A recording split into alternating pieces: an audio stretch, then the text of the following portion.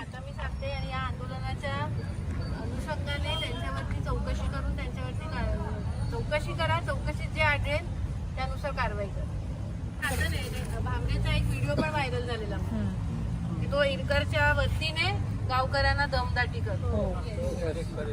हे सगळे व्हिडिओ म्हणजे हे सगळं तुम्हाला चौकशी म्हणजे काय, हे सगळे व्हिडिओ तपासायचे आहेत. फक्त त्यांचे व्हिडिओ तपासा, त्यांचे CDR तपासा की त्यांच्या प्रसाद इरकरचे किती फोन जातात भामरेला, किती वेळा जातात, कधी जातात, त्यावेळेला त्यांचे फोन जातात का, हे सगळे करा आणि चौकशी करा. गाडीगावकर साहेब, न्यायाचं राज्य पाहिजे.